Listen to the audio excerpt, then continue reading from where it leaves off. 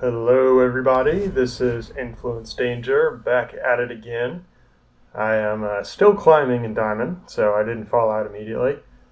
I want to show this next creation that I've made. It focuses on Norra, Teemo, and ECLECTIC collection. I really like, or obviously I love Teemo as you can see, but I really like Norra's design. I also really think ECLECTIC collection is, it's a pretty good card. It's highly variable. It either does nothing or is like really crazy. So I built a concept where I'm trying to make ECLECTIC go really crazy. But as you'll see, you don't even need it to win the game. You have multiple avenues to win the game. So a cool thing about this deck is it beats traditional Teemo decks. It can even beat them at their own game.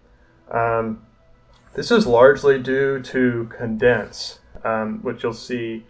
I think Condense is an amazing card for any Teemo deck, kind of to the point that I think it overshadows older decks, like, you know, the kind of Teemo Freyord stuff. You know, this player, this master player, actually is playing Sejuani Teemo, and you'll see how it pans out. I also beat a Caitlyn Teemo deck in pretty much the same way.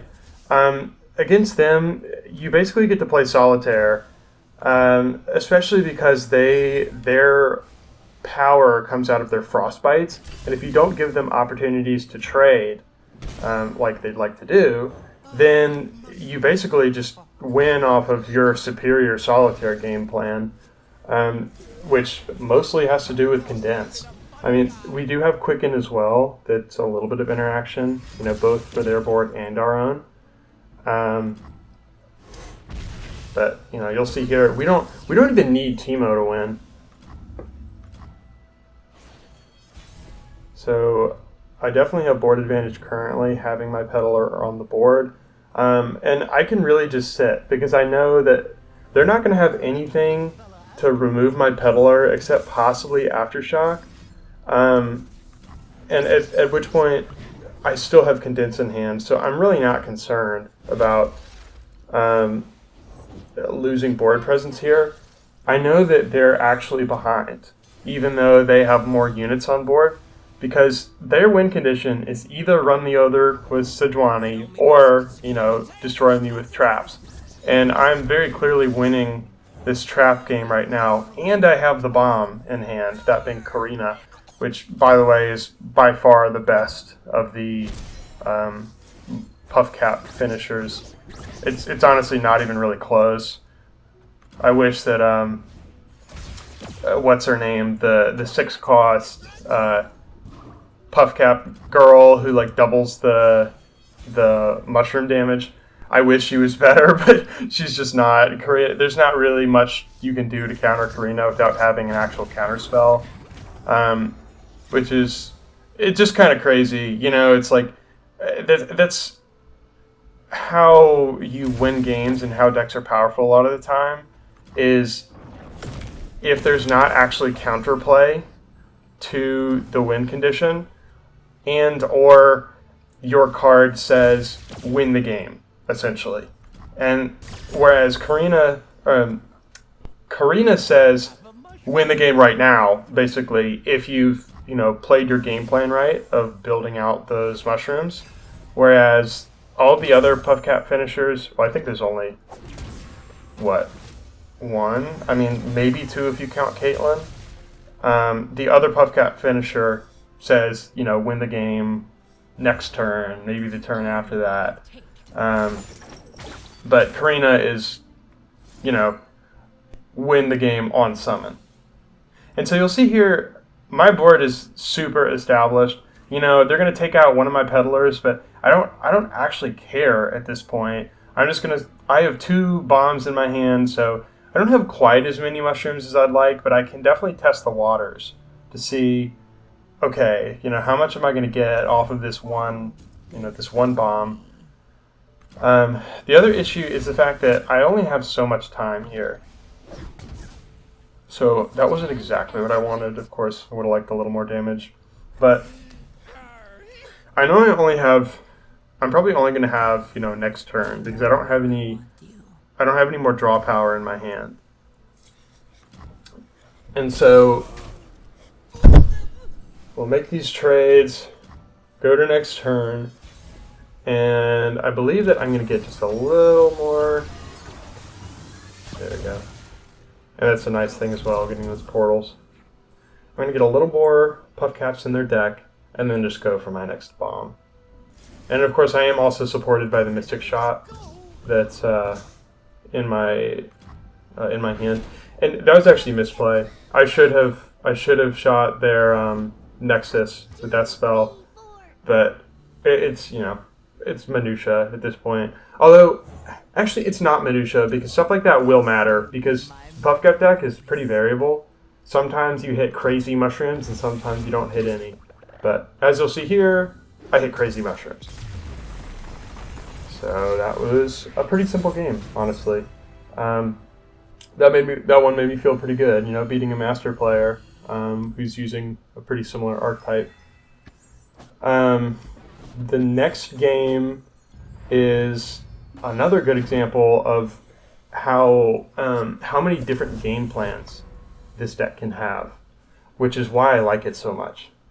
It's probably one of the most flexible decks I've played that actually still wins. Because a lot of decks, I feel like they have 1, maybe 2 win conditions, but this one has, I would say, 3 win conditions that all kind of feel cohesive. You've got Karina as a win condition. You have Karina as a win condition. You have Teemo, or just Puff Caps, as a win condition. And then you have swarming the board with portal units as a win condition. So, and I'm actually going to flex towards that portal strategy against aggro because, obviously they want to try and run me over before I can stabilize the board. And so anything that doesn't help me stabilize, I'm going to get rid of here. And Quicken is actually not the best choice, in my opinion, to try and stabilize because their units are so cheap on average. And so really what I'm trying to pressure is the cards in their hand instead of their mana resources. So here, they actually play out here like very aggressively, which, makes sense since it is aggro. I'm like, okay, sweet, I get to just play my stuff for free. And I thought that I'd be able to kill Fizz here, but lo and behold, they have a warning shot in hand, which is pretty annoying for me. However, it does put them at a pretty major disadvantage in their hand, although they do have a more present board. So this is kind of a difficult situation, just considering how much damage they've done to me. But I don't want them to get elusive on Fizz, so I can go ahead and get a portal. And once they pass here, I'm like, okay, I need to set up blockers. I need to set up more portals. Because, that's basically how I'm going to win. It's just by surviving their onslaught. So go for the next stylish shot. It feels pretty good to have, I have blockers for everything right now. I can kill anything that attacks except for the Taskmaster. It'd be pretty good for me because Fizz otherwise is like very hard to deal with, especially in the Fizz Samara deck. So you'll see I just trade out here, which is actually good for me because I have, I believe, 3 portals just standing in my deck. I'm going to get all those units back. Not for free exactly, but, I get those units back as my investment. That does suck. That was a really bad hit, getting that Sharknado, whatever it's called. But this ends up not being so bad, just because I do have an extra draw in my hand, as well as a body. Veteran Investigator is so good. Even though it lets your opponent draw, and any trap deck or any deck where you're benefiting off of your boons, let's say, or so your portals, chimes, whatever, and you're in Piltover, I feel like he's just an auto include. But here I'm just gonna pressure their board. I don't want them to have any units, and I know that I actually have the unit advantage currently. I'm really just worried about what they draw. Because, yeah, they did use that Barbed Chain last turn, so they draw 3, which does put me in a tough situation. I will admit here, there is some kind of variance at this point, honestly, depending on what they draw. And it's kind of the nature of a lot of these aggro decks is, it's very possible that I still lose here with how much over-the-top damage they can deal. But, I remember being kind of scared in this position, but I'm like, no, I'm still going to play it out because I have so much board advantage right now. And, yeah, these powder monkeys are tough. Because even if I block them, even if I do block them, I'm going to take that 1 damage. And every life matters in this situation. And of course, they have nothing else to do, so they're just going to swing at me. I decided to Mystic Shot one of their units and just block the other one. I really should have also blocked that unit I was Mystic Shotting, just in case. But their only out would have been the old Plunder card that gives +2/+2. That card now only gives +2/+1, I believe. So that actually would not be an out for them anymore. So Mystic Shot was mostly safe, unless they had like 2 of those. But, for the time being, I survived. I just have to not take 6 damage from them. Actually forget how this turn plays out, but I think I just swing with Norra here. Because I don't want them to block any of my stuff. And yeah, it is kind of tough here because ideally I would want to swing all of my stuff this turn and then summon my bomb or Karina, just try and finish them off. But at the end of the day, like, I'm still not sure if that would have been the right play because I don't think I had that many Puff Caps in their deck. The important thing is, again, just to survive, because this next turn is their last chance at winning the game. And I was pretty cognizant of that. I have Eclectic Collection in my hand, so I get that 1 extra unit to try and get as much value as possible out of it. And it's actually going to be essential in winning here because of the flash bombs that it puts in the deck. So we'll see how that plays out here in a second. But yeah, I love this card. It's, if you ever get in like a board state where you have at least 5 units, it's just such a good play. But I would say specifically in decks with lots of card draw, like I've seen people play it in like a Viego Norra deck, and it really just felt like a win more card there. It didn't feel like it was, the reason I was winning the game or anything. Okay, so I'm in hot water right now. I have to think of something. And so I have to remove this Fizz somehow. But they have, if they have any spell whatsoever, then I can't Mystic Shot them and I lose on the spot. Unless I get lucky off of those 2 draws, see if they get any flash bombs. However, the higher chance to actually kill Fizz here is to summon Karina to get those flash bombs out. And I kind of high roll here, as y'all will see. or roll just enough. I was worried that they would try a swindle or whatever it's called to get his health back up, but I get just enough flash bombs, and now he basically has nothing unless he has like a warning shot or stylish shot. And of course, there's nothing I can do about that at that point. But he ends up not having those cards.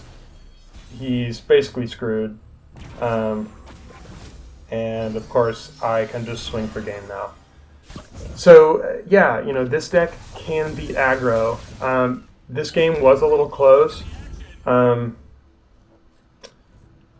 the end of the day, like, I think I played this game pretty well. Against the aggro deck, there's always going to be some variance because you're not naturally supposed to be strong against them. It's just the portals. The portals make you like strong enough. And I was also pretty lucky that he didn't pull a Mystic Shot for me earlier. So yeah, this game turned out pretty good. Definitely right on the razor's edge, and that's how Biz Samira has you play. But it's pretty reassuring that this deck can win. Even against like the top meta decks. I do also want to show a game that didn't go quite as planned. This next game was against a Kaisa Pantheon deck. So, kind of more mid-rangey. And I believe those are the kind of decks that kind of get this deck in trouble. Anything with Spell Shield, anything that gets over Quicken, and that really pressures to kill you on turn, 7 and 8, 6, 7, 8, somewhere around there. You will have some trouble with that unless you really high roll and get all your mushrooms. Because a lot of the Spell Shield stuff and single combat, that kind of deal, this deck does not have as many resources to deal with. Generally I try to go for the puff cap game plan if I'm against these kind of decks, because that is kind of the quickest way to close out games. I think here, I forget what I do here, but okay, yeah. So I took the Tea Maker, really just to be mana efficient and have some blockers as we go on. The Sacrificial Scholar, that's such a good card, and I actually misplayed against it, I believe. At the very least for this game, I don't think it's right to kill it. Because it gives them so much card advantage once you kill it. And at the end of the day, I don't need to really control the board that much, since I am just trying to win with puff caps. So really what I should be doing is playing Solitaire here. Not trying to interact with them so much. And really every bit of damage on their Nexus is precious. And so the thought is okay, if I'm going to kill that Scholar, I need the Mystic Shot. But I should be using Mystic Shot on their Nexus. And there's also a misplay I make here, where I should be summoning a Veteran Investigator. And when they attack, I use my Quicken. I should use my Quicken just to, block with Investigator, then use my Recall on Investigator, get another draw, which would have changed this game in multiple ways. The first is that I could resummon it here, get another draw, and then this next turn, I have basically nothing to play. Okay, so yeah, there are two misplays in that turn. Using the Mystic Shot on the Scholar and not playing Quicken to get my guy back. And that is one of the interactions that's actually good about this deck, is you can Quicken your guy and reuse its summon abilities. So I have nothing to play this turn, which I think this is the turn that essentially made me lose. is that I'm not really doing much. I'm getting a little bit more out of my engines. That being Teemo Norra, but I I didn't get to draw another card. I basically just completely give up the momentum I have here, which is really tough. If I had even one more mana, then possibly I could have done something. Like I maybe could have won, or even just using Quicken to recall that unit there. Pretty sure I was just kind of tilted at this point. Like wasn't really. Well, actually, no. Quicken wouldn't have been good because he had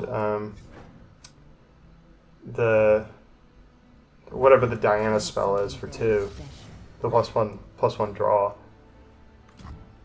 So I'm kind of like trying to figure out like, okay, how do I pull this out? I know that I have potentially 2 more Karina procs in hand due to Condense. That's part of the reason Condense is so good, by the way.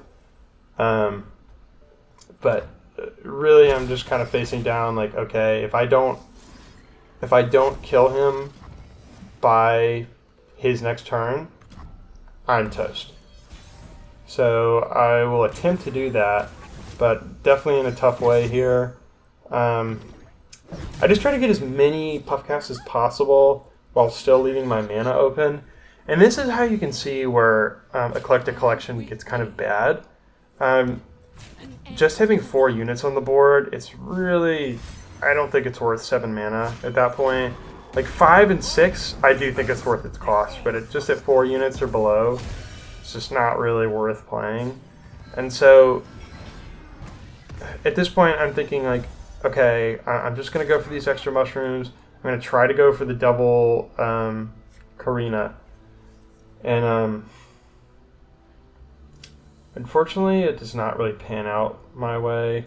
I felt lucky that they didn't get lifesteal here, but the fact that they did get elusive, that was kind of, that would have been one of the last ways I really could have won, is by actually connecting with Teemo. And so yeah, like I would theoretically, like maybe I could use it, but it's just not enough puff caps. I mean, and maybe I could have tried, like I could have tried using it there and then use the Karina, but I don't know. I think it would give me like 12, either 12 or 16 puff caps, depending on if it's 3 or 4 per. Just not quite enough, as you'll see here. I hit like nothing. The flash bombs are a help, but as you'll see, like this game just kind of gets away from me at this point. I just never even use it, the Eclectic Collection. So you can, at that point you can see the variance on it.